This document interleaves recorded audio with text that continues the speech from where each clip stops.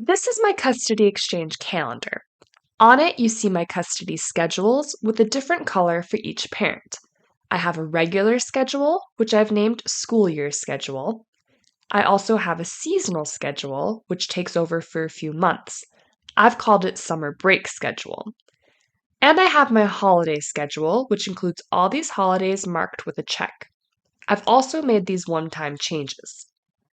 I can put all this on one calendar, but some people use more than one, either for drafts or because their children follow different custody schedules. Here's where to switch calendars. Manage Calendars takes me to this screen where I can delete a calendar or make a new one. Duplicating is nice if you want to play with a calendar, but keep the original as a backup. Options will let me rename a calendar and choose whether it's private or shared. For a shared calendar, your linked co-parent and legal professional can make edits and you'll get notified. Your child and anyone else you link accounts with can view the calendar. For a private calendar, only your linked legal professional will be able to view or edit. To change other settings, visit your account settings. This is where you can change each parent's name, icon, and color. Here you can tell the app to alert you before a custody exchange and when your co-parent or lawyer edits a calendar.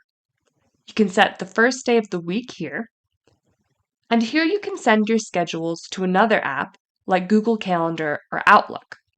You choose which custody exchange calendar to send and whose parenting time, then generate a link to paste into your other app. That app will have directions for where to paste the link. Let's head back to my calendar. To save this as a PDF or print, click here. You'll be able to choose a date range and other details.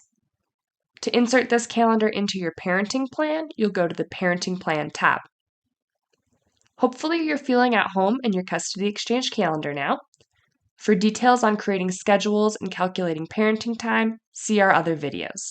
And if you have questions, visit custodyexchange.com/help or contact us in the app.